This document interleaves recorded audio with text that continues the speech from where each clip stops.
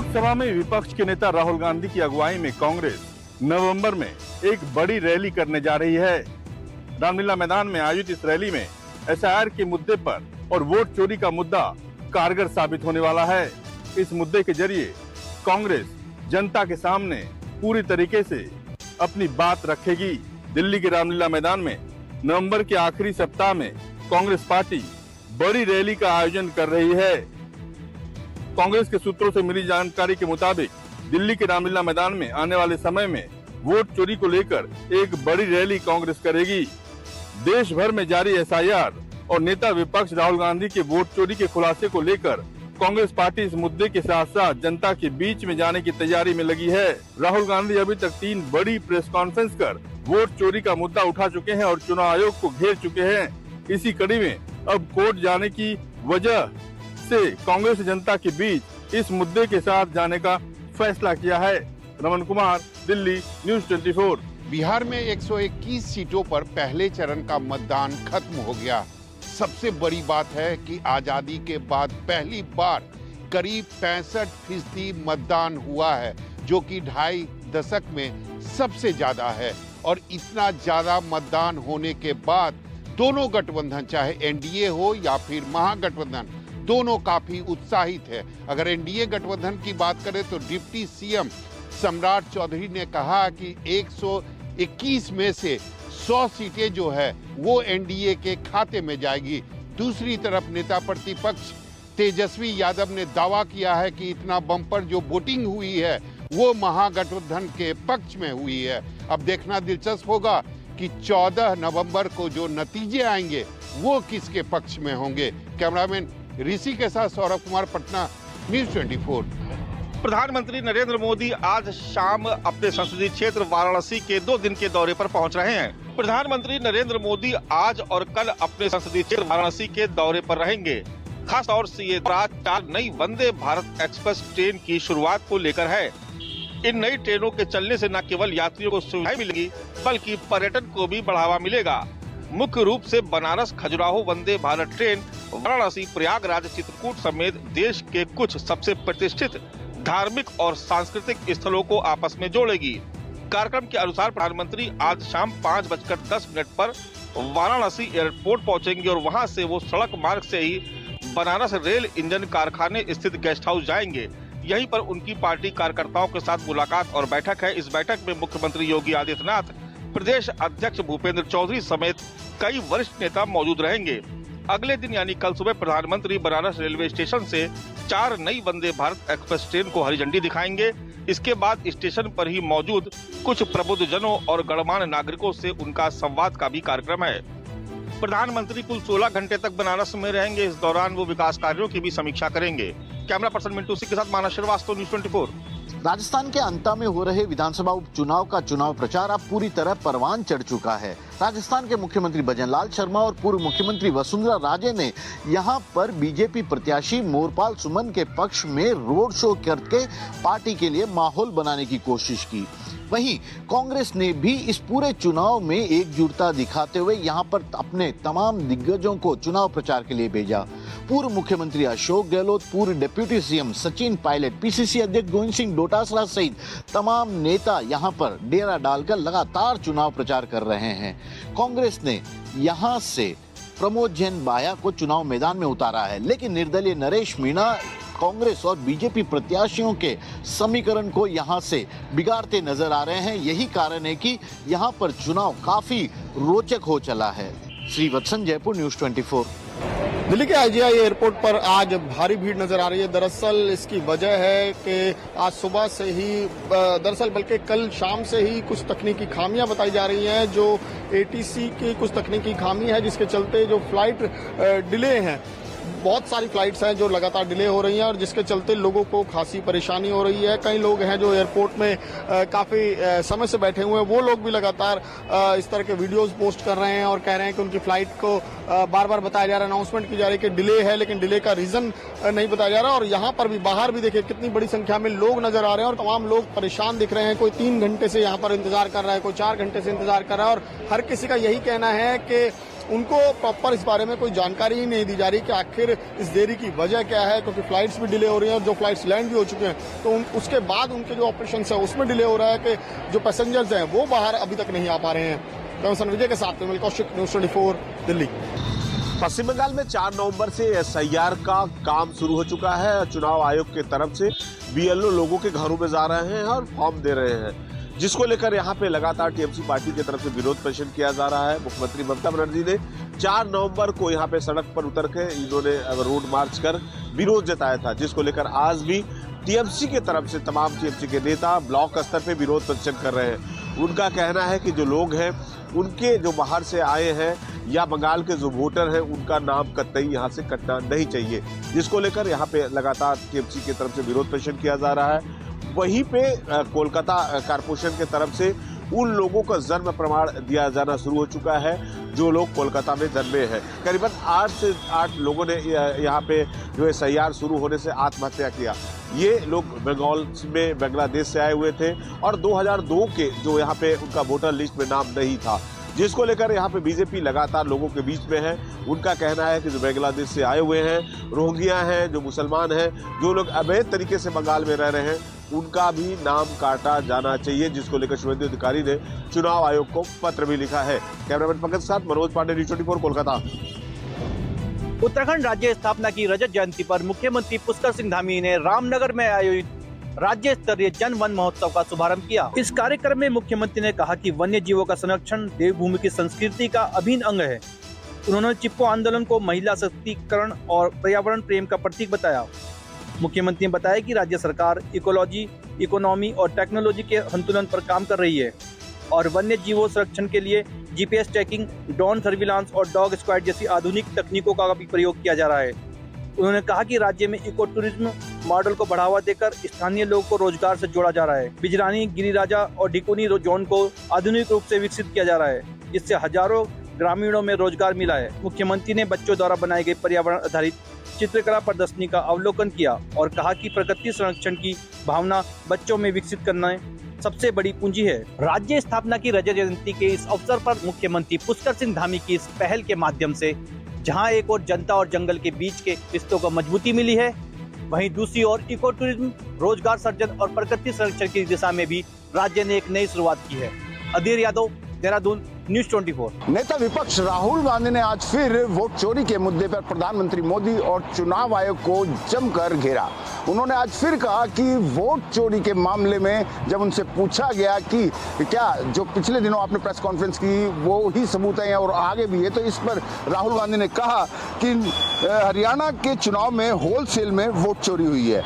मैंने नकली note, fake photograph जैसे कई सबूत रखे थे, इसका कोई जवाब नहीं आया।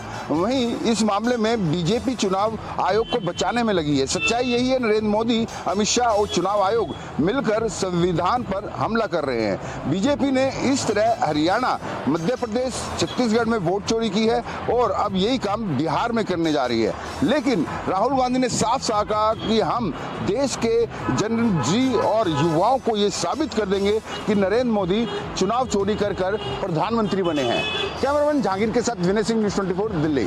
पिछले 2 साल से मराठा आरक्षण की मांग को लेकर आंदोलन कर रहे मनोज जरांगे पाटिल ने अब एक नया आरोप लगाया है। मनोज जरांगे पाटिल ने आज जालना के अंतरवाली सराटी में एक प्रेस कॉन्फ्रेंस लेकर आरोप लगाया कि उनकी हत्या की साजिश की गई है। मनोज जरांगे पाटिल ने कहा कि कांचन पाटिल नाम का एक व्यक्ति जो धनंजय मुंडे का बेहद खास है, इसने हत्यारों से संपर्क किया और 2 लोगों से मुलाकात की और उसके बाद उनकी मुलाकात धनंजय मुंडे से हुई। मनोज जरांगे पाटिल ने कहा कि भाई दूज के दिन ये बैठक हुई और उसमें डील तय की कि मनोज जरांगे पाटिल की हत्या के लिए 2.5 करोड़ रुपए दिए जाएंगे। मनोज जरांगे पाटिल ने कहा है कि मराठा समाज इस पर फिलहाल शांति बरते रखे और वो कोई कानून व्यवस्था को धक्का न पहुंचाए। मनोज जरांगे पाटिल ने कहा है कि इस बारे में हमने पुलिस में शिकायत दर्ज की है, अब देखना है कि पुलिस इस पर क्या कार्रवाई करती है। कैमरामैन राजेंद्र सिंह खाती के साथ विनोद जगदाले, न्यूज़ 24 मुंबई। महाराष्ट्र के उप मुख्यमंत्री अजीत पवार मुश्किलों में हैं। उनके बेटे पार्थ पवार पर जमीन डील में घोटाले का आरोप लगा है। पुणे के कोरेगांव पार्क में एक विवादित जमीन खरीदने का यह मामला जो है वो सामने आया है। आरोप है कि पार्थ पवार जिस अमेडिया होल्डिंग्स LLP के निदेशक हैं, उस कंपनी के जरिए उन्होंने 1800 करोड़ रुपए की जमीन 300 करोड़ रुपए में खरीदी है। इस पूरे मामले को लेकर महाराष्ट्र में राजनीतिक भूचाल आ गया है। विपक्ष उप मुख्यमंत्री अजीत पवार के इस्तीफे की मांग जो है वो कर रहा है। वहीं इस पूरे मामले को लेकर महाराष्ट्र के मुख्यमंत्री देवेंद्र फडणवीस ने भी प्रतिक्रिया दी है। देवेंद्र फडणवीस ने कहा है कि उन्होंने इस पूरे मामले को लेकर रिपोर्ट जो है वो तलब की है। जांच के आदेश जो है वो दे दिए गए हैं। जो भी कोई दोषी होगा, अगर कोई गड़बड़ी जो है पाई जाती है तो इस पूरे मामले में कठोर कार्रवाई की जाएगी। कैमरामैन विनोद सिंह के साथ राहुल पांडे, न्यूज़ 24, मुंबई। भारतीय महिला टीम वर्ल्ड कप विजेता हरलीन और अमनजोत कौर आज मोहाली के चंडीगढ़ एयरपोर्ट पहुंची और वहां पर उनका भव्य स्वागत हुआ। इस मौके पर हरलीन और अमनजोत आज सुबह चंडीगढ़ एयरपोर्ट उतरी। यहां पर उनके परिवार और फैंस की भारी भीड़ दोनों प्लेयरों का स्वागत किया। इसके अलावा पंजाब सरकार के मंत्री हरपाल सिंह चीमा और लोकसभा सांसद गुरमीत सिंह मीथेर भी पहुंचे। दोनों नेताओं ने खिलाड़ियों को माला पहनाकर उनका स्वागत किया।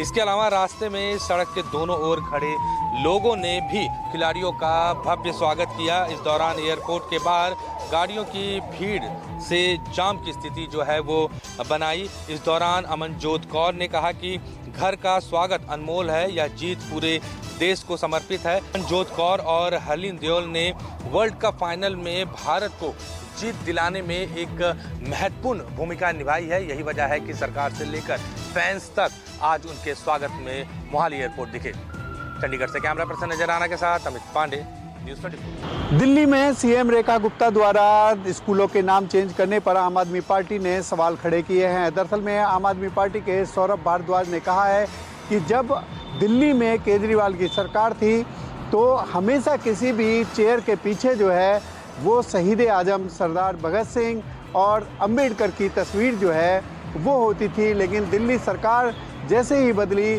तुरंत जो है सीएम रेखा गुप्ता ने ये दोनों तस्वीरें हटा करके अपनी तस्वीर के साथ प्रधानमंत्री नरेंद्र मोदी की तस्वीर जो है वो पीछे लगा दी। साथ ही उन्होंने ये भी कहा है कि जिस तरीके से जो भीमराव अंबेडकर के नाम पर जो स्कूलों को दिल्ली में खोला गया था, उनके नाम बदल करके अब सीएम श्री किया जा रहा है, ये जो है इसको लेकर के आम आदमी पार्टी फिलहाल मुद्दा बना रही है। उन्होंने कहा है कि यदि स्कूलों के नाम बदले तो हम वापस वही बोर्ड जो है हम वापस लगा देंगे।